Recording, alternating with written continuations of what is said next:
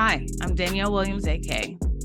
I'm a designer, stylist, consultant, and advocate for size inclusivity and diversity within the fashion industry. Welcome to the Xtnded Convos podcast. This podcast is a space to host conversations with industry insiders to learn about their journey through the industry. From designers to content creators, creative directors to community builders, we will get the inside scoop on the people taking the plus and inclusive size space to the next level. Follow us on Instagram at xtend.co and subscribe to stay up to date with the latest episodes. This is the Xtnded Convos podcast presented by Xtend Consulting Co. I'm so excited to welcome today's guest to the Xtnded Convos podcast, Mimine Agbantou. Mimine is a UK-based fashion designer born in Paris and raised in the Republic of Benin. After studying at Ravensbourne University in London, Mimine went on to work for haute couture house Ralph & Russo, where she honed her haute couture skills. As she continued to gain experience within the luxury retail space, she worked with brands like Alexander McQueen, Burberry, and Halpern, to name a few. Mimine launched her London-based luxury brand, Mimine AG, that specializes in couture and curve ready-to-wear for women sizes US 8 to 24. I'm excited for you all to learn more about the size-inclusive landscape in Europe, Mimine, and her brand. So with that, I'd love to welcome Mimine. Hi, guys. Thank you for having me. I'm super excited. It's going to be great. Yeah, it is. I'm excited to dive in for myself and our listeners to learn more about you and your brand and your journey within this size inclusive space. The way I like to start these podcasts are by kind of just giving a little bit of background on how I know the guests so that they can kind of pinpoint my journey within the industry and how I've met my guests along the way. So I'll kind of start, you chime in if you have anything to add. Sure. So I actually met Mimine at 11 through 11 on Array. She was one of the brands that we had on our site, which to me was very exciting because one, you are a woman of color, you are doing couture in the curve space, which I mean, that really does not exist. And your pieces were just beautiful. Like they are definitely for a moment, not, they're not a throw on and go kind of thing. They're like, there's a specific moment and a vibe that you're able to create through your clothing. And really how we connected was Mimine came to LA and she was so lovely to reach out to me, invited me out to dinner. We were able to catch up and chat, share stories, learn more about each other. And yeah, kind of our connection kind of blossomed from there. Exactly. But also, I think when I kind of joined 11 and Array, I mean, joining is a big word. I actually looked you up on LinkedIn prior to that. So then when I got in, I was like, oh, it's so amazing that, the designer of 11 and Array is also a Black woman. It's very, very rare. So I thought that was really great. And I was really excited. So when I came to LA, I had to meet you. And Exactly. we did over a beautiful dinner. And so I like to start at the beginning for you to share your story. But first I kind of want to understand maybe your personal journey in navigating the landscape. I don't know if you have been plus for a short time, for a long time. I've been plus all my life, as long as I can remember. And so I just know how I've had to navigate the landscape. How has your personal fashion journey been and kind of dressing your body over the years? Very, very challenging because growing up, I was actually very skinny. You would not believe it. Skinny, but I always felt like I had weight fluctuations. So although I was slim, I was always like on diet, trying to like remain super slim, flat stomach, abs, and so forth. And then at 16, I remember just, showering and looking at myself in the mirror. And I was like, what happened to my ass? And then I told my mom, what is this? And she was like, cellulite. And I was like, no. I did not even know that was a thing. So that happened overnight. It started with the cellulite. And I think it was more like a hormonal thing for me. Mm-hmm. And gradually the weight started like piling up and piling up. But I always had like really large breasts, even when I was slim. Okay. So in that sense, I've always been curvy. Right. And I feel like now I'm a lot curvier, and it was really hard to adjust my style because I went from, a size 8 to now like, a 18 or, a little bit bigger. And I found it really hard to find clothes that were just as exciting, Yeah. as beautiful as when I was slimmer. I never had that problem before. And all of a sudden, I'm trying to shop. I'm going to Zara and nothing is fitting. So that was a very hard transition mentally for me, actually. I think it took me maybe like 4-5 years to embrace myself and tell myself, okay, this is where we are. I cannot keep dieting. It's Right. just not working, So maybe this is not the weight I'm supposed to be. This is how I'm supposed to be. And in 2018, I think it was, or 19, I had a wedding. And finally, I decided to make a dress for myself, a couture dress. And that was inspired by a design that I've made for a size 8, which in my head, I thought, oh, I can never wear that. It's for, who would I even try? And then I was like, actually, I will try. Why not? I did, and it worked. And I was surprised, which actually doesn't make sense because I've worked in haute couture and most of the clients are actually curvy. But the design, exactly, but the design for them were more conservative, Okay. It wasn't really like super out there, super sexy. Right. So I didn't see, us being able to be sexy or wear something that a size 8 does. So that was a pivotal moment for me. But then there's something else that happened, which I don't think I've ever discussed. So you're having like the exclusive. I love it. the exclusive. I remember in 2020, my dad got sick, so I went back to Benin. And then my mom and I went for a pedicure just to unwind. And we came out of the pedicure and we saw like an auntie. And the aunties? Yes. Not like a family member, but like Right. somebody that we know. Right. And she saw me, and the first thing she said to me was, my God, you're so fat. Oh, wow. My mom and I, we were so shocked. We could not even like place a word. And she kept saying, you're so fat. My gosh, you gained so much weight. What is going on? You need to do this diet and this diet and, so big, so fat. And she kept repeating that word. And I'm like, yeah, does that? Right. Exactly. So that was very, I'm not going to say traumatic. That's a big word, but I mean, I was like, wow, this is real. Right. So when I got back to London, I was thinking about it and I said, okay, I actually want to transform something negative in something positive because this is where I am. It's my journey. I'm not going to go on a diet because you are uncomfortable. That's your problem. Right.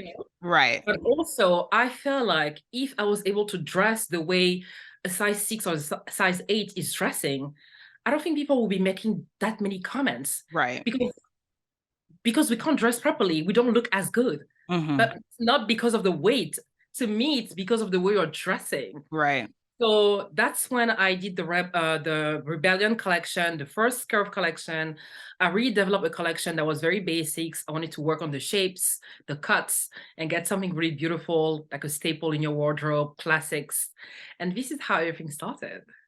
Lovely. I love that story. Even those that try to come for us, we can use it as inspiration. Exactly. Level up.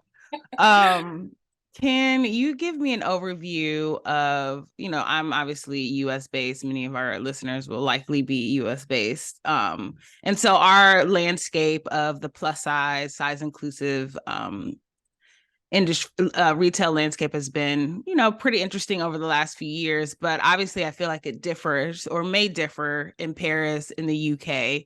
Can you kind of give me an understanding of the extended size retail landscape past maybe like how it was and how it has evolved since then, if you feel like it has? So what I've noticed is obviously the US is further ahead of, the curve business, accepting. I feel like even in campaigns, you see like a lot of representation now, at least more than in the UK. the UK, they're slowly starting, but even with retailers, you can now see that it's harder for them to accept it. Yeah. You know, I recently got into Selfridges, which is amazing. So good. But I feel like the rest of the retailers are quite reluctant. You know, it's always like, oh, we don't know yet, we're not ready yet. You know, they're quite shy. And I feel like it's maybe because they think that if they allow or accept it, it's as if they are enabling unhealthy behaviors, Yeah. you know, and they don't want to promote that. They don't say it directly, but that's my guess. So it's definitely harder here. I would say in France, I don't think it existed. Not shopping enough in France in Paris. Yeah, it's not a thing yet. You know, it's not a thing yet. So yeah, but I feel like with time they will slowly come around, but it's very hard. Also, I also read that recently last season at the Fashion Weeks there was not a lot of representation on the catwalk. Yeah, it definitely decreased from the years prior. Exactly. So it makes you wonder, was that a trend? Or were they really genuine? And that's always that problem. We want to get to a stage where it's not a trend. Retailers, like, they need to actually include curvy women, curvy brands, not just as a, you know, a quota or, you know. Right, or a selling point to say, hey, we're inclusive, but because you really believe that this segment of women deserve to look good at multiple price points, at different aesthetics. Yeah, absolutely. And promote it as much as you're promoting the other brands, because there's that too. Right. No, we have it, but we're not promoting it. We're not, you know. Yeah, it's like we'll keep it on the low in the back corner of our store, and if you come in, you know, if not, then we won't make a big fuss about it. Exactly. So that's quite tricky, you know. No, thank you for that. I think that gives a good kind of it gives me a good grasp on kind of how, even more so, how important you are in the grand scheme of the retail space, specifically in Paris and the UK. So what was your introduction into the fashion industry? You mean as in when I started working in, or how or did I get even before then? Like, how did you know you wanted to go to school for fashion? Okay. Well, my dad was a lawyer and he was a big art collector. He loved painting. He had all those books. And my mom would always sketch and send it to the tailor. So for me, that was always like, oh, art here. Oh, cool. Sculpture. I love it. You know? And I started drawing a lot, painting. I loved it. This is actually how I started. And then I thought to myself, how can I combine all those stuff and make it into a job?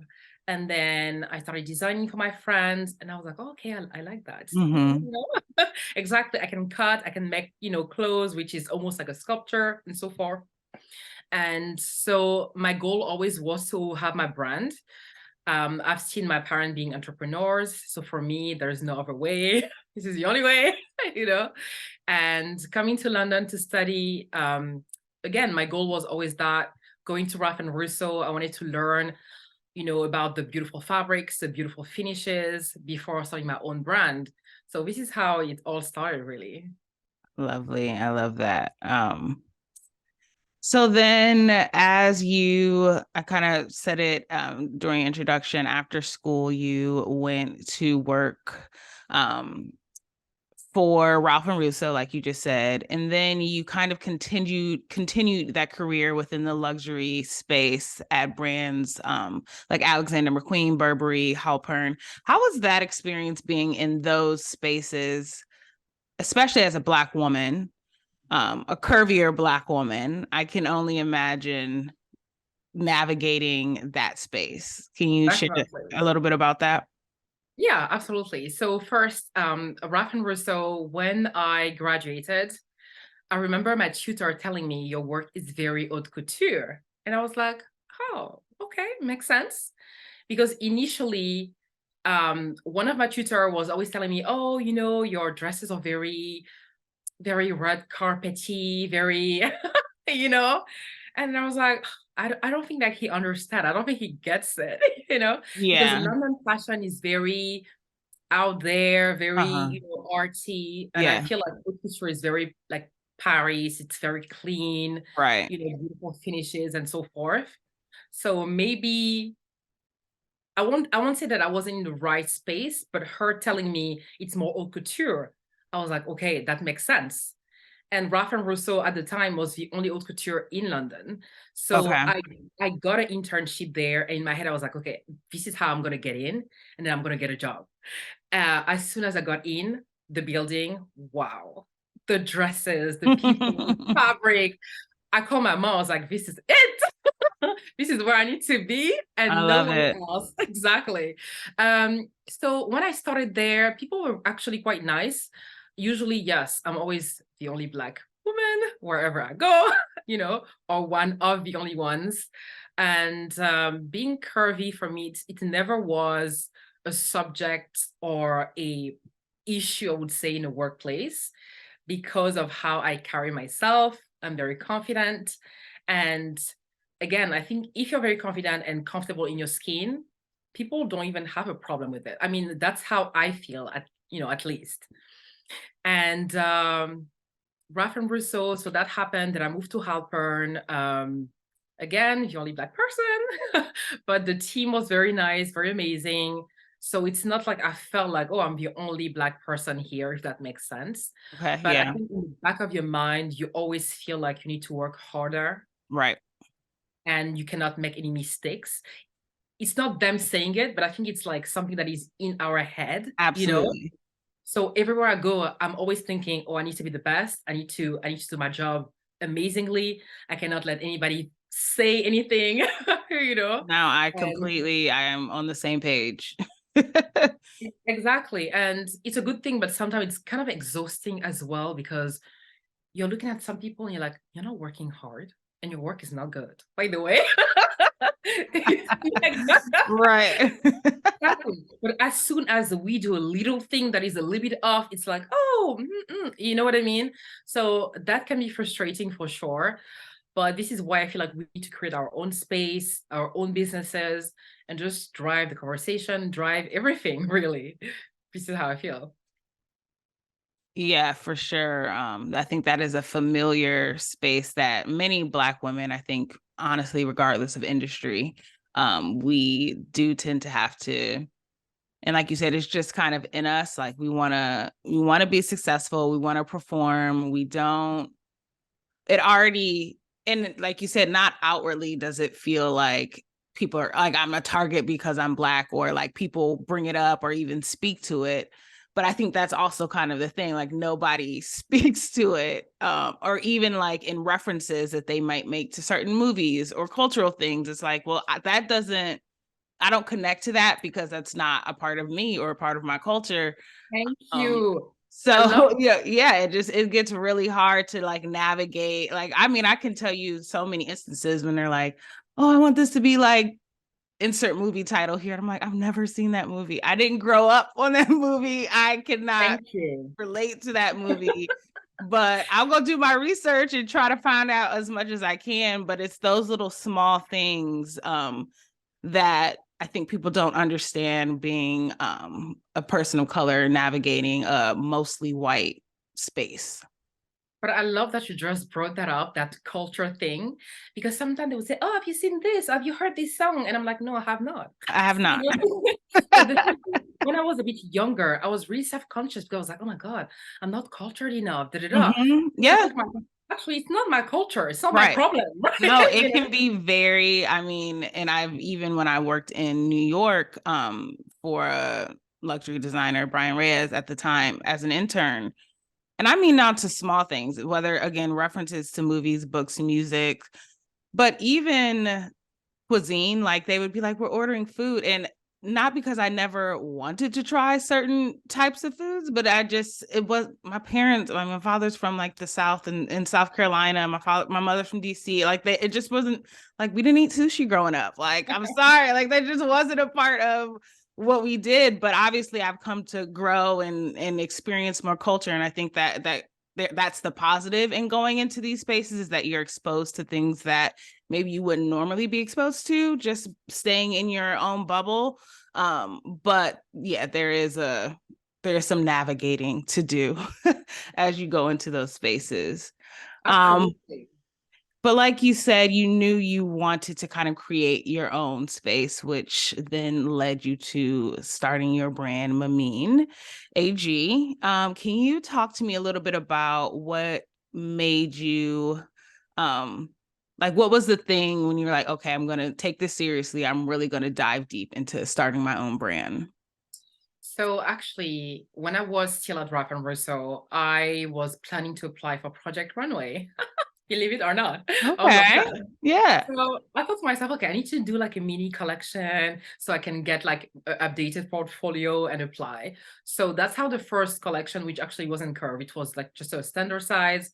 I've done the collection, applied for Project Runway, got the interview, and then came the visa situation, and I just could not do it. And I was like, Okay. okay, I'm not gonna go. So that was really disappointing because I feel like Mm-hmm. I was so close to getting in. Mm-hmm.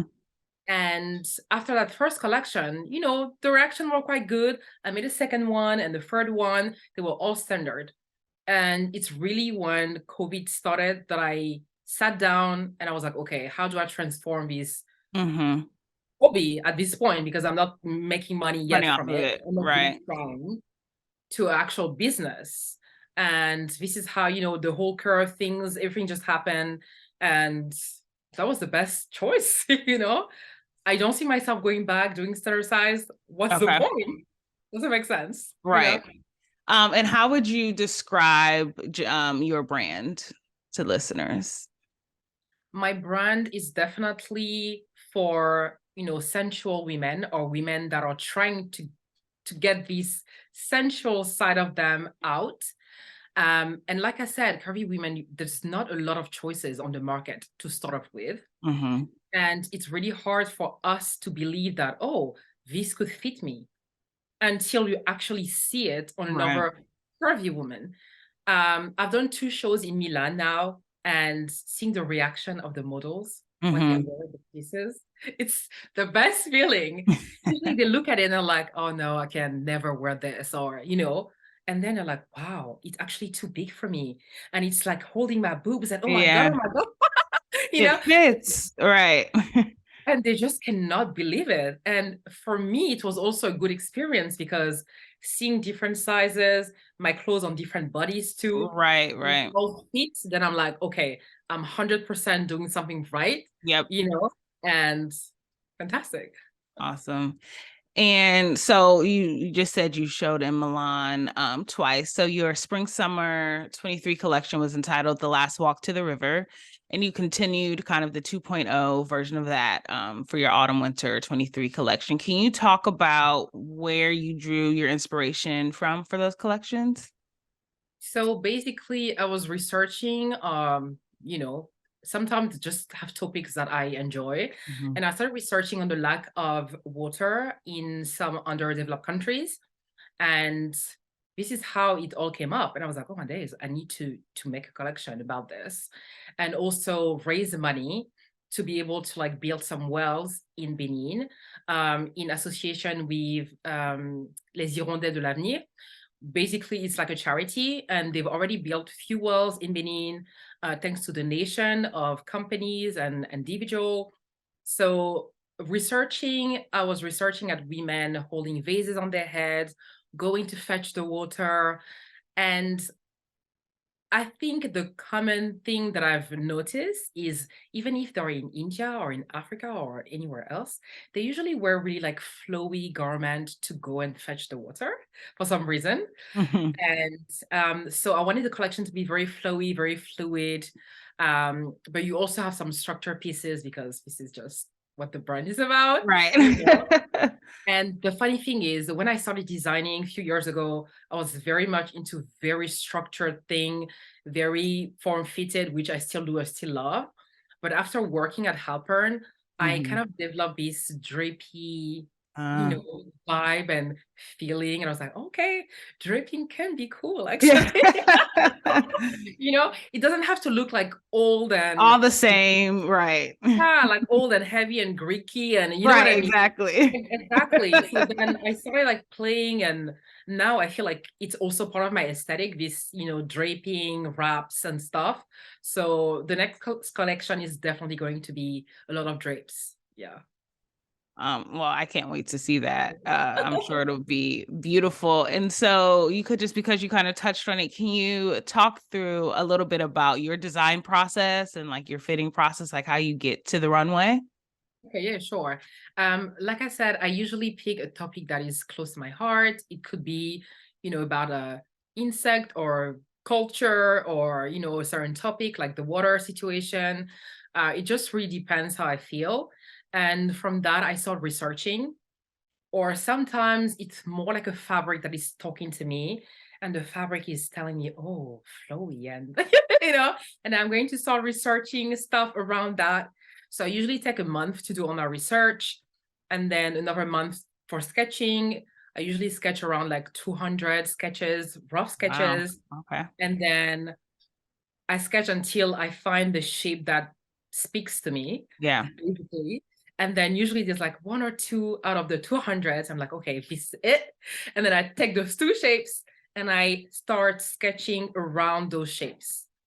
And I discard the rest because, and this is usually how it works. But once the sketches are done, Uh-huh.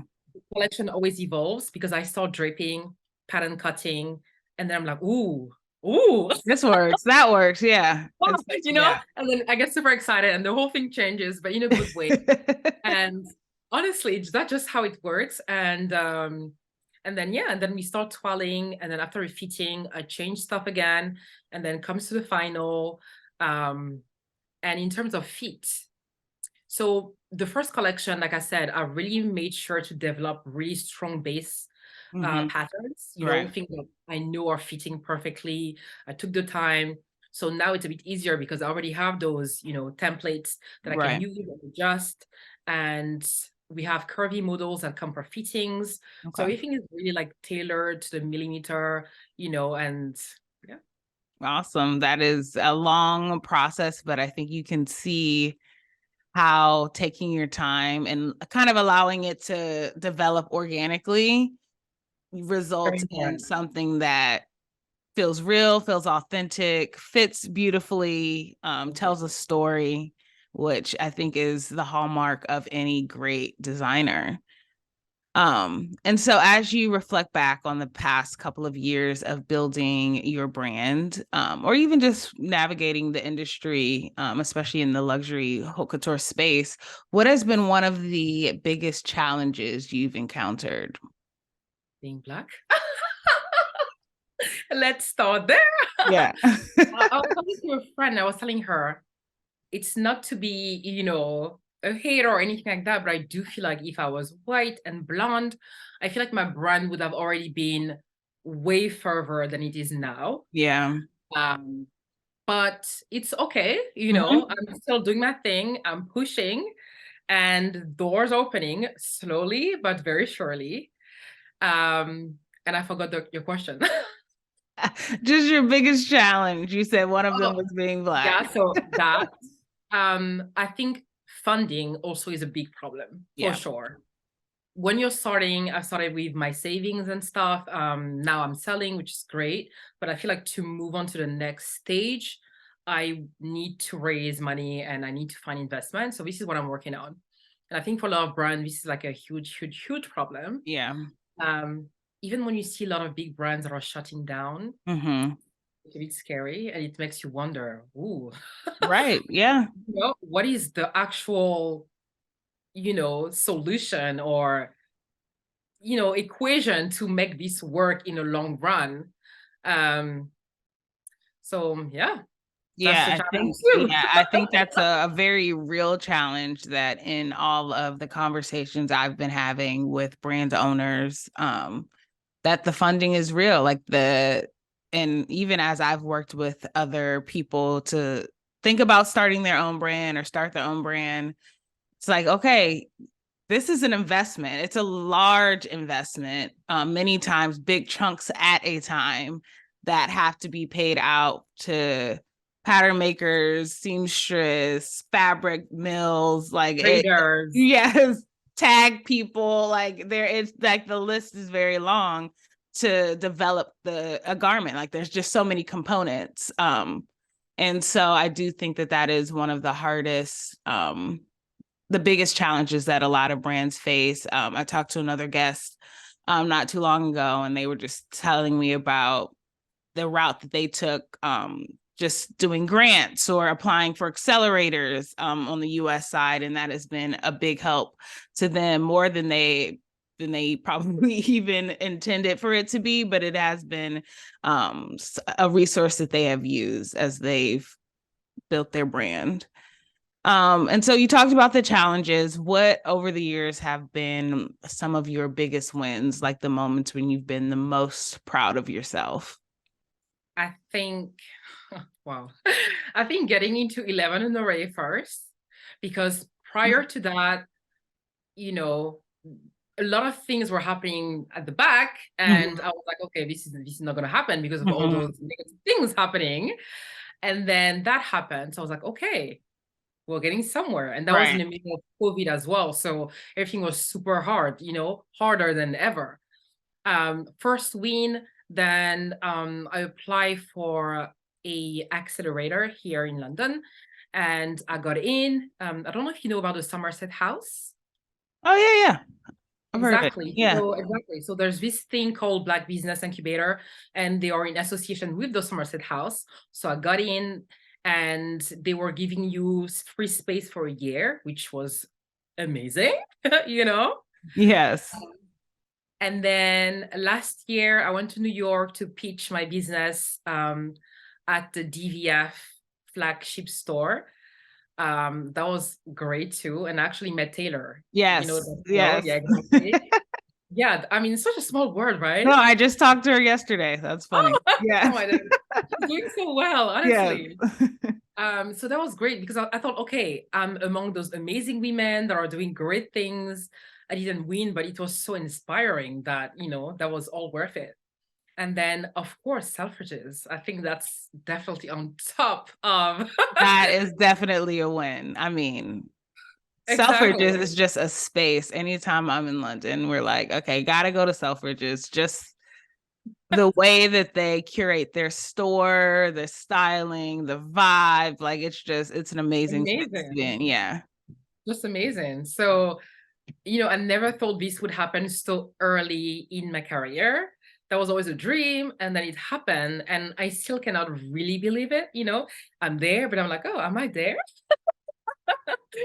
So that's how I feel. Yeah. And getting my own studio that I'm moving in January, I moved in the new studio space. That was a big achievement too, because I've done it without investment, without, you know what I mean? Yeah. So That is, yeah.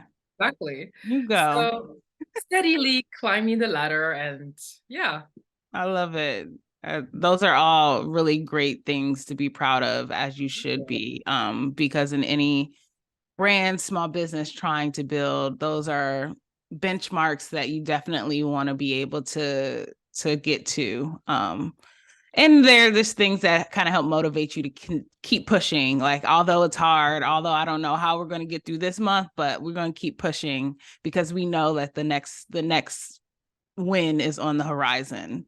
Exactly. And the funny thing is also, when I think back a few years ago, I was the one emailing stylists, asking them to put myself on, And the two biggest things that I recently have are stylists that went and bought their dresses, Yeah. So the first was Miss Banks. I don't know if you know her, but she's here in London. She went to Selfridges, found the dress, didn't even know the brand, bought the dress. Wow. Yeah, she sent me a DM. She was like, oh, hi. And I'm thinking, oh, she must have the wrong DM. I was thinking she must have the wrong DM because what? And that's actually when I was in New York. So it's so bizarre. And then she said, oh, how do you pronounce your brand's name? So I sent her the voice note, and I was like, why is she asking me that? And then she said, oh, I just went to Selfridges and bought one of your dress for the premiere of Black Panther. And I was like, Wow. Exactly. So she won the dress. That was just amazing. And so I was really happy. Yeah. And the second one was Rebel Wilson, who recently worn the blue dress. Yes, I She saw that. did it via 11 Honore. So, Very nice. circle, great. Yeah, and she looked beautiful. That blue, that hue of blue you use is just Oh, like, it's like luxury. It's beautiful. It's like it was royalty. just hitting her as well. I was like, Uh-huh. wow. So, Um, yeah. so as you think about your brand and how you want it to expand and grow, where do you see Mimine AG growing to in the next 2 to 3 years? So, since I was a little girl, I was obsessed with a designer called Stéphane Roland.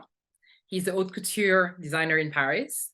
And this is actually how I got into haute couture, because I was like, wow, this is not fashion, this is art.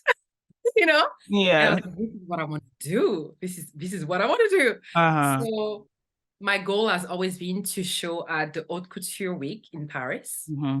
as the first Black African woman. That would be great. With Yes. only curvy models.